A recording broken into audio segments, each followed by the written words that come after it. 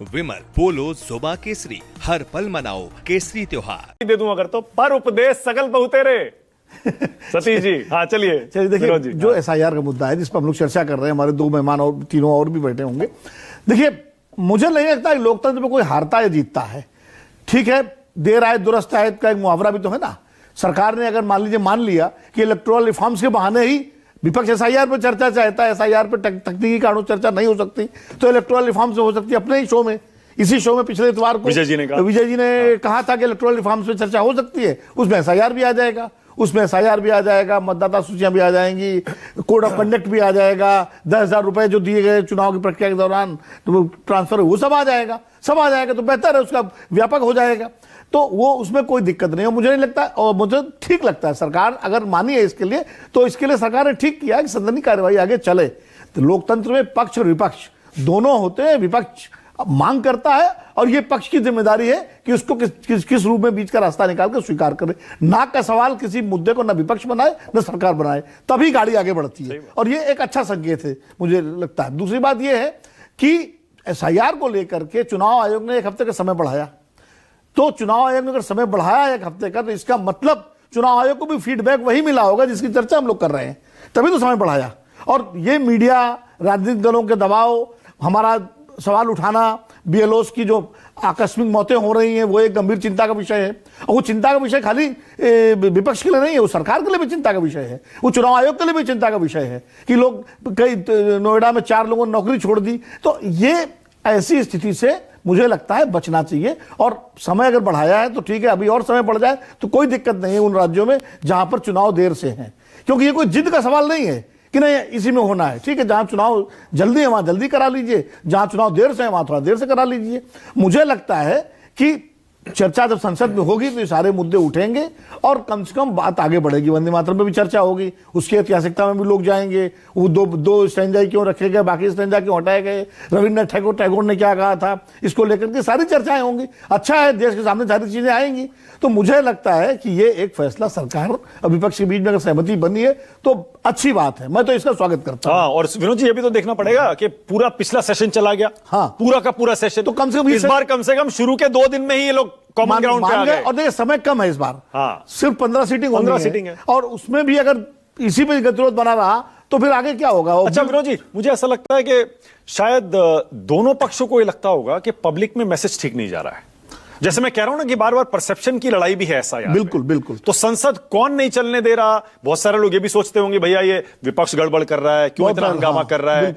कुछ लोग ये भी सोच रहे होंगे सरकार मान क्यों नहीं जाती डिबेट के लिए? क्यों नहीं जाती ये, इसीलिए दोनों पर शायद पब्लिक परसेप्शन का, लोगों का दबाव होगा, तभी माने ना। सरकार ये परसेप्शन बनाती है कि विपक्ष संसद नहीं चलने दे रहा है, विपक्ष परसेप्शन बनाता है कि सरकार बच रही है चर्चा से। हाँ। तो जो लोग इसको देखते, लोगों को लगता है कि भाई आखिर ऐसी क्या बात है जो सरकार चर्चा क्यों नहीं चाहती। हाँ। तो सरकार पर भी सवाल उठते हैं, और इसीलिए वो स्थिति, जैसे मणिपुर पर चर्चा नहीं हो रही थी, हाँ, तो अविश्वास प्रस्ताव लाके चर्चा कराई गई। तो अब मान लीजिए महाभियोग ले आते चुनाव आयोग, वो और अप्रिय स्थिति होती।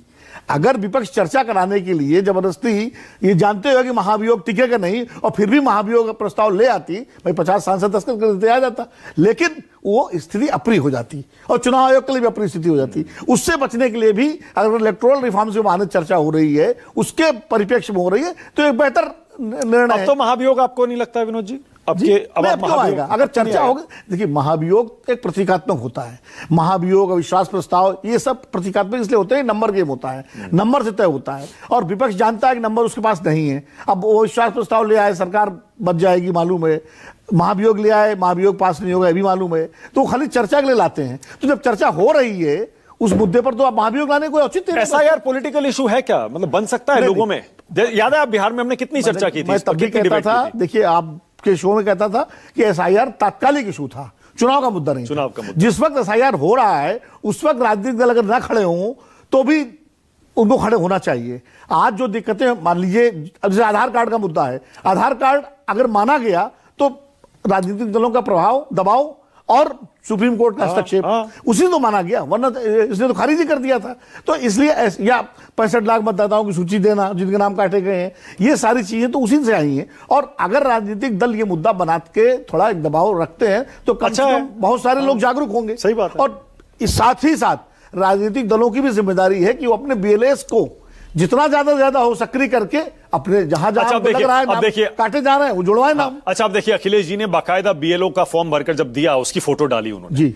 तो यानी उनके बीएलएस भी समाजवादी पार्टी के पूरी तरह से एक्टिव है। अब मैं ये कह रहा हूं विनोद जी, जैसे जूही जी कह रही हैं कि भैया हम तो करेंगे, हमारा काम है, और उन्होंने बिल्कुल सही कहा कि पॉलिटिक्स होगी, हम तो करेंगे। बिहार में हमने देख लिया, चुनाव के बाद कोई आपत्ति नहीं आई, किसी का नाम नहीं कटा, कोई नाम आदमी सामने नहीं आया, और नतीजा भी एनडीए के पक्ष में गया। आपको लगता है कि समाजवादी पार्टी ने इससे भी सबक लिया होगा कि एसआईआर पॉलिटिकल मुद्दा नहीं है, इसको नहीं बनाना चाहिए? दबाव बनाओ, मुद्दे को उठाओ, लेकिन इसे पॉलिटिकल इशू ना बनाओ, फायदा नहीं होगा। नहीं, देखिए ऐसा है कि समाजवादी पार्टी ने बिहार से निश्चित रूप से सबक लिया होगा, तृणमूल कांग्रेस भी सबक ले रही होगी जहां जहां चुनाव है। इसलिए मेरी जानकारी है कि तृणमूल कांग्रेस ने अपने सारे बीएलएस को एक्टिव कर दिया है और सबसे ज्यादा बीएलएस उन्हीं के घूम रहे हैं। और समाजवादी पार्टी ने भी इसको किया होगा, क्योंकि ये मालूम है आरजेडी और कांग्रेस ने बिहार में अपने बीएलएस को उस तरह एक्टिव नहीं किया जिस तरह करना चाहिए।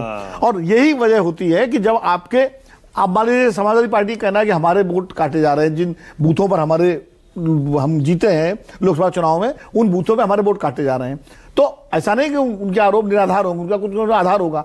लेकिन साथ ही साथ उन्होंने अपने बीएलएस को एक्टिव भी किया होगा कि भैया वोट न कटने पाए, बिल्कुल किया, वोट न कटने पाए, ध्यान रखना, वोट डलवाइए, सबके फॉर्म भरवाइए और फॉर्म भेजिए। और हमें ये भी लगता है जब लिस्ट आएगी, जो पूरी फाइनल लिस्ट आएगी जिसमें कटे हुए लोगों की भी सूचना होगी, तो उसका फॉलो भी समाजवादी पार्टी करेगी। क्योंकि जिनके वोट कटे होंगे, जो उनके वोटर हैं, उनकी आपत्तियां दर्ज करेगी। सही बात है। एक महीना में नहीं हुआ, एक महीना क्लेम्स ऑब्जेक्शंस के लिए है, फिर उसके बाद भी वो तो 7 फरवरी और जब तारीख आएगी तब तक वो नाम भी जुड़वाए जा सकते हैं। और यही राजनीतिक दल का कर्तव्य है। बिल्कुल यही होना भी चाहिए। एसआईआर को तो आप रोक नहीं सकते ना, सुप्रीम कोर्ट ने भी नहीं रोका है। बिल्कुल सही। देखिए, जो विपक्ष या फिर जितने भी लोग एसआईआर का या उसमें हुई गड़बड़ियों का विरोध कर रहे हैं, उसको मुद्दे को उठा रहे हैं, उनका स्वागत है, करना चाहिए, उनका हक है।